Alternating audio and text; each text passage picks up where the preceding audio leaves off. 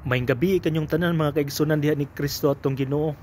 Kini na usab inyong pobre ug ubos nga alagad si Brother Julius Ulipo ni Kristo. Maguban-uban ta sa hamubong higayon kining takna sa kagabion.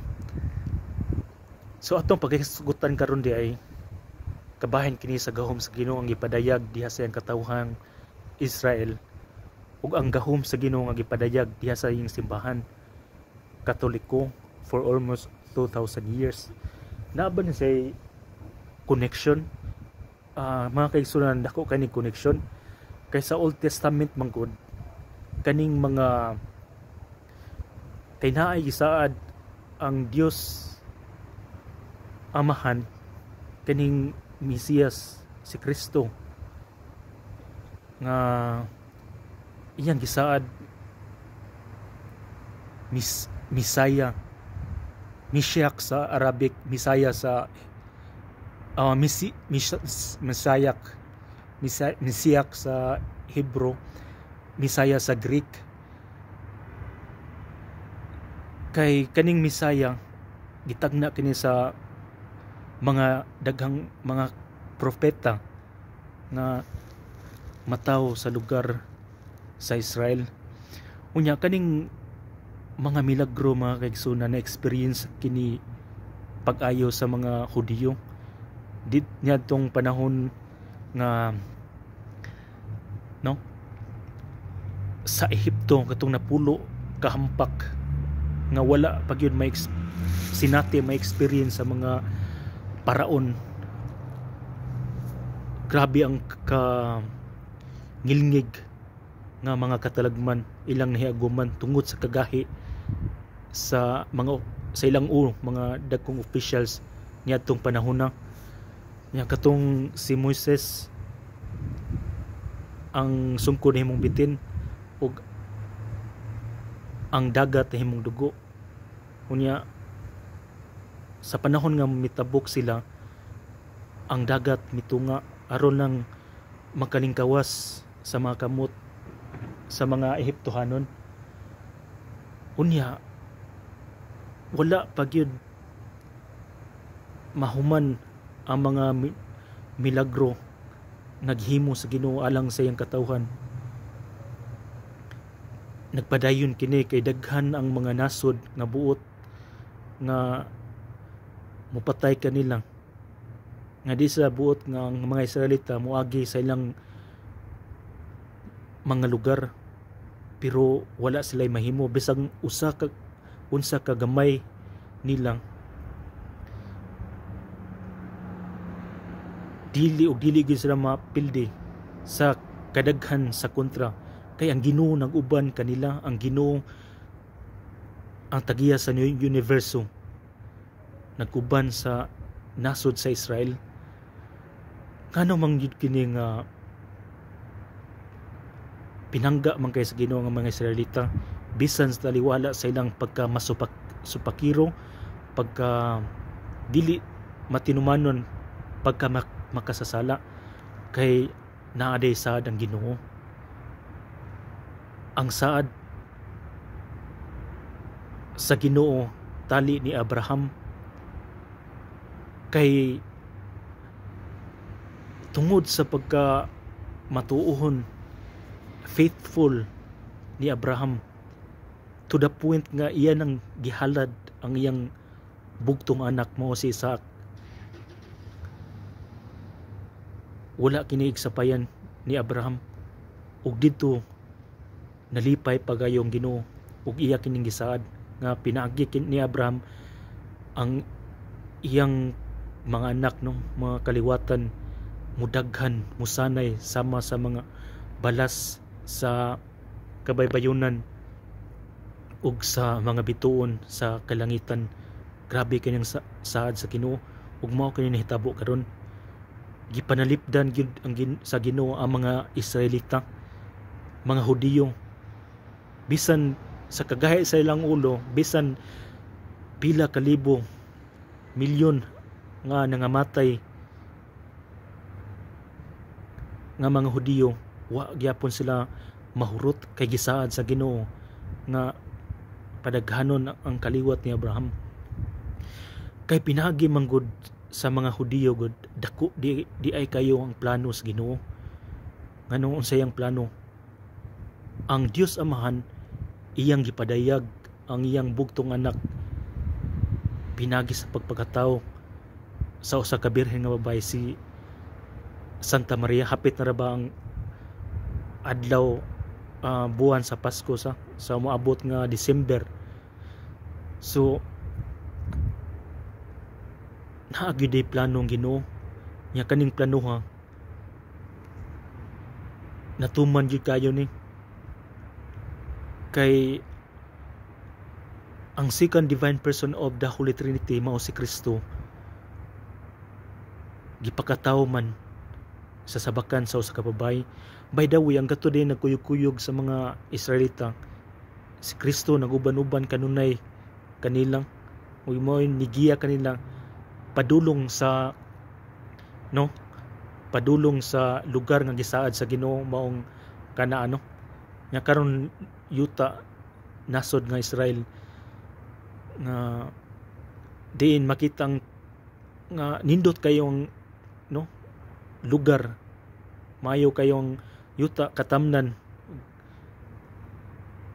ug nindot jud kayo ning nasura yuta ug mao kinigisaad para kanila. Digid ug digid mawagtang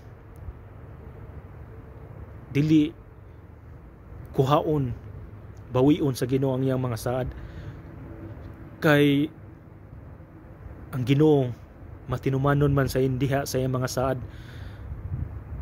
gigamit lang di ay mga Israelita iyang instrumento para ang Dios manaog diri sa yuta alang sa iyang katawhan sa tibuok kalibutan.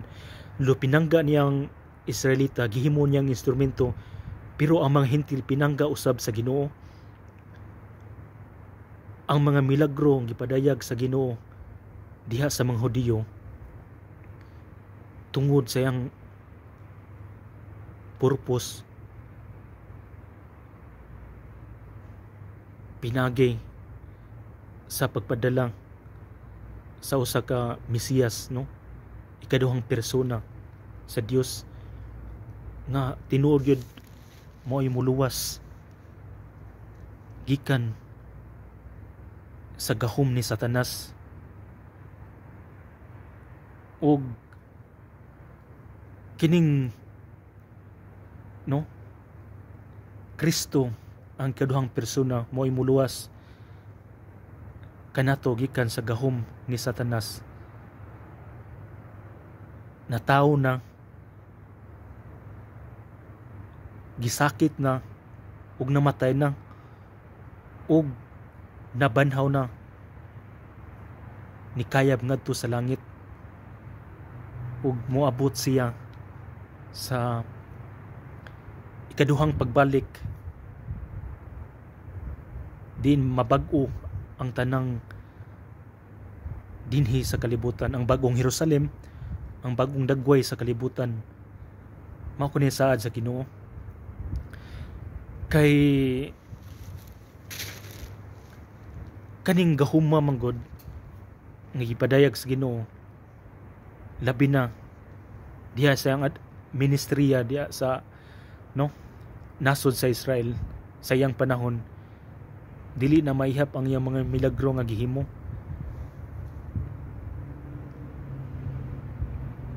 Gipadayag ni Ginoong Hesukristo ang mayong balita nga makaluwas alang sa tanan kung mutuo lang niya,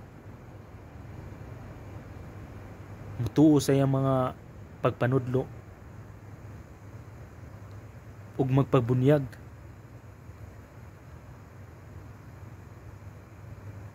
Ug kaning bunyag mao gini ang makapawagtang sa gahom sa yawa, original sin. Ug dili lang kay bunyag mga kaigsunan, 7 ni ka mga sakramento panahon, bunyag, kumpisal, kasal, pagkapari, hilog sa masakiton, konfirmasyon, ang pagkapari kaning gahuma mga kaigsunan gipadayag kini diha sa iyang simbahan. Kaning mga sakramentuha kadausan ni nay mga grasya ug kani gahum kini nga makatabang makaluwas kanato aron mabadbaran kita gikan sa impluwensya ug gahom sa yawa. Ug mao kini wala masabti sa atong mga kaigsunan. Ang gahom sa Ginoo nagpadayon diha sa iyang simbahan nga gitukod maong simbahang Katoliko for 2,000 years na. Ang simbahang Katoliko 2,000 na katuig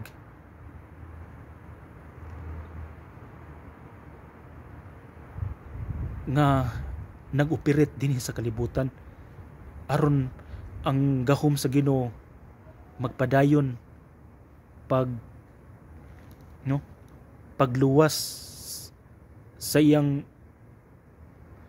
binuhat aron makabaton sa iyang saad maong gingharian sa langit. Kani mga sakramento dako kini ug katabang gahom kini gikan sa atong Ginoo nga makaluwas kanato aron kita makaadto sa iyang gingharian. Kay lisod kayo pakigbatok sa yawa kung kita ra maong Ginoo mihatag sa iyang kaugalingon, mitabang siya aron kita maluwas sa unsang pinagi sa pagbansay, pagdawat ug paggamit sa iyang mga sakramento.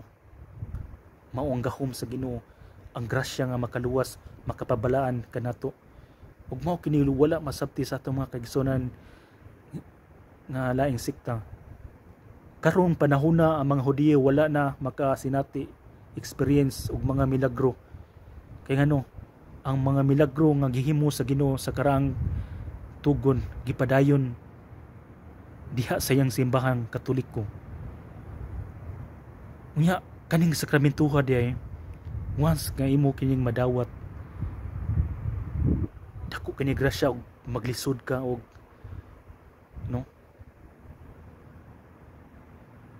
dili na ka mayano-yano og tintal maapektuhan sa gahom sa yawa. Kay ang gahom sa Ginoo ang mga sakramento nadawat nimo.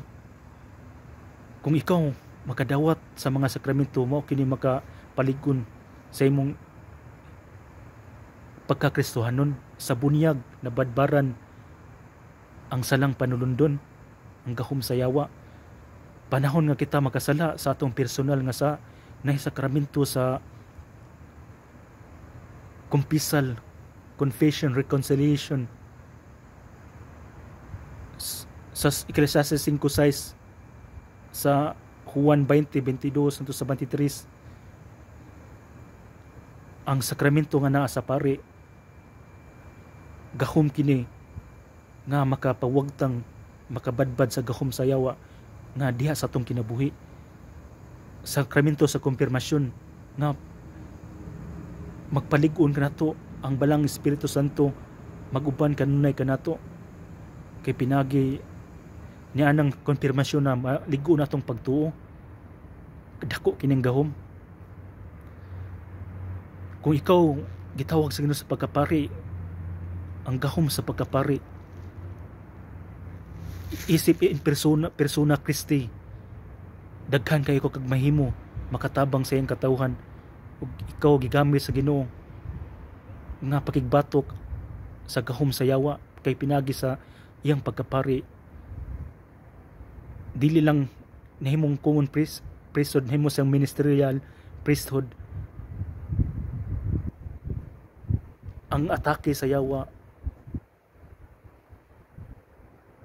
dili magsilbi kay ang gahom niya, ang Kristo naa sa mong pari ug gikadlukan mo'y grabe ang ikadukan sa mga demonyo kaning mga pari. Mao na ang tanang pari unta mahimong exorcism, mahimong exorcist di ay mo perform sa exorcism ngadto sa mga giyawaan. Gahom sa hilog sa masakiton kung wa kay kumpisal, kung ikaw himatyon hilugan ka diha, dako kay chance nga mabuhi sa espirituhanon ug sa lawas nun. Gahom sa kasal kung naulipon ta sa gahom sa yawa diha sa hilawas pag live-in nga walay kasal, pagpanapaw pinagi sa kasal mabadbaran kay gihiusa man sa Dios ang babae ug lalaki diha kaniya ug walay maka tangtang nini. Grabe ang gahom. Mao kani ang gahom sa Ginoo gipadayag diha sa simbahan. Ngons nga ikaw mabalaan pinagi sa sakramento, mahiduol ka sa Ginoo, mahimo kang santos. Nya kung mahimo kang santos, mahimo na kang duol sa Ginoo. Iyan ang gisaligan, gamiton ka sa Ginoo para pareha na sa mga santos ni San Vicente Ferrer.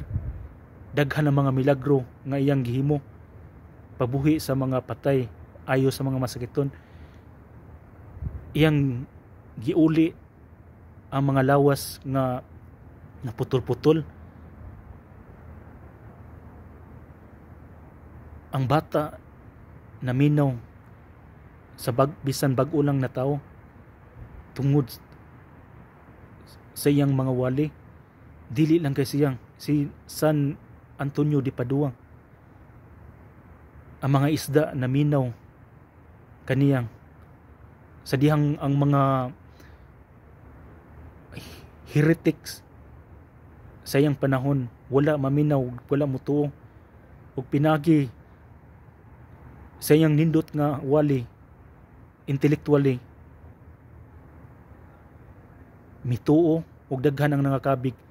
Mao kini mga santusa nga nabalaan gigamit sa Ginoo, gipadayag ang gahom sa Ginoo diha sa mga santos tungod sa ilang pakigsuod sa Ginoo diha sa iyang mga sakramento.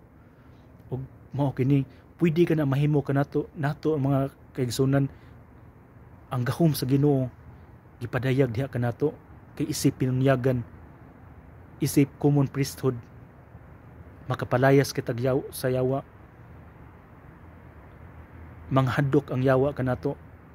Ang gahom sa yawa dili na maka-impluwensya pag-ayo kanato kay ang gahom sa Ginoo nga atong nadawat diha sa mga sakramento atong nagamit sa sakto nga pamaagi. Santos nga Eucharistia. Grabe kay nang gahom, lawas na ni Kristo.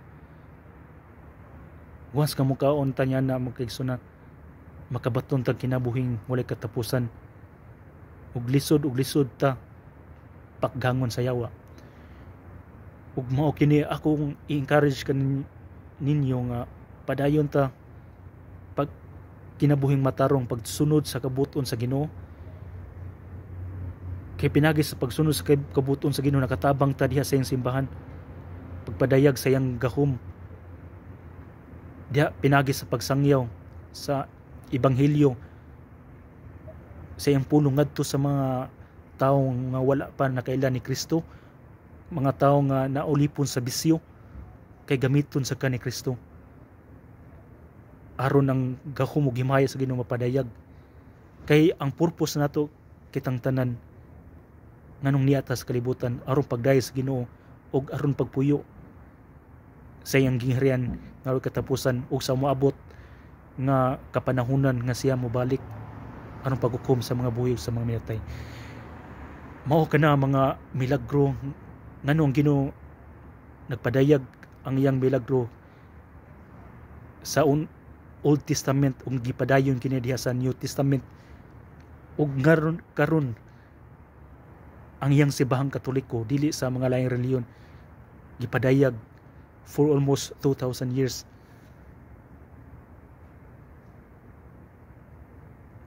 Mao na dako to pasalamat sa Ginoo sayang kaayo nga wala niya lungi ang tao hangtod nga hangtod nga kita maluwas. Unya diri na lang ko kuto, salamat kayo sa pagpaminaw hinaot nga namoy makatunan. God bless you all, og Ave Maria.